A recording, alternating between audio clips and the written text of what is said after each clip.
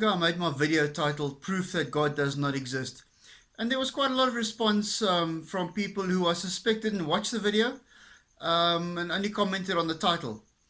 But several other people who did watch the video offered a response, one that I've heard a lot from many quarters, regarding this claim of proving the non-existence of God, stating you can't disprove a negative. And they're right, you cannot disprove unicorns exist. There are no documented cases of unicorns outside of fairy tales or in the Bible. Numbers 23 verse 22, Deuteronomy 33:17, Psalms 92 verse 10, Psalms 29 verse 6, and Isaiah 34 verse 7. Just because we haven't seen any doesn't mean we can't prove they don't exist. They may exist somewhere on a deserted island somewhere, or they could be the sole inhabitants of a planet far, far away. We don't know, and we can't disprove it. Similarly, we can't disprove the Tooth Fairy, Bigfoot, pixies, mermaids, or the flying spaghetti monster. People are correct. We can't disprove these. But to take you further along this journey, I would like to tell you a story. A long time ago, I threw several make-believe names into a hat, and I randomly drew one. Written on the paper was the name Floomp. The reason for choosing a name was I wanted to create a god, and that was how I came about the name. That night, coincidentally, while I was about to fall asleep, an angel came to my bedside and told me that the supreme god Floomp wanted the world to know some very important truths. Well, atheists always ask theists, so who made your God? And this angel told me their God was made by Floomp. He is all-powerful and the creator of the Christian God, and he created the Christian God in his own image. But the Christian God rebelled, and he has now come to set the record straight. I started spreading the good news of Floomp, and people slowly but surely began to pray to him and worship him. Before long, the small following grew and spread, and many people became Floompers. They built churches, held prayer meetings, and collected millions in tithes. Over time, the origins of how Floomp came to be known to everybody was mostly lost. All everybody knew was that an angel of Floomp appeared to me one day in a revelation.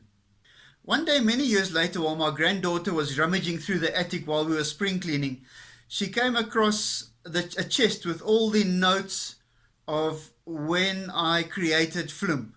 The hat with all the possible names in it, the name of Floomp, and it had all the things that we used for the creation, this creation which turned into a religion. Does this prove, she asked, that Floomp is not real? She has just disproved the negative. She had just proved that a specific God didn't exist, that it was a man-made construct, one that I had made. It was a figment of my imagination, which grew and evolved into a God that was worshipped and believed by thousands. Sounds incredible and ridiculous, doesn't it? That's exactly what happened with the Abrahamic God. Well, almost exactly. The Abrahamic God started as an Egyptian wind or storm god, which was brought to Canaan by a nomadic people called the Shasu. This storm god, whose name eventually became Yahweh, was incorporated into the Canaanite pantheon as a subordinate of the head of the pantheon, El. Yahweh was essentially one of El's sons. Over time, Yahweh and El got conflated into a single entity. El, the head of the Canaanite pantheon, had 70 sons, and he divided up all the nations amongst his sons, and each nation was guided, was headed up by a deity, one of the sons. And Yahweh just happened to be given to the kingdoms of Judah and Israel. It could just as well have been given to Moloch or to Baal. El eventually just became a generic term for the word God. And Yahweh was elevated by the kings of the time, David, Solomon, and Saul, to the supreme ruler of the universe. This God would eventually become the God of the Jews, the Christians, and eventually the Muslims. Just like Flump, Yahweh was created by man, and just like Flump, the history of Yahweh can be traced back to where it originated. It can be proven, and it has, that the Abrahamic God as an individual entity never existed as anything other than an elaborate figment of our imaginations, and has evolved from there. So, it is possible to prove that a God doesn't exist. Again, thank you for watching.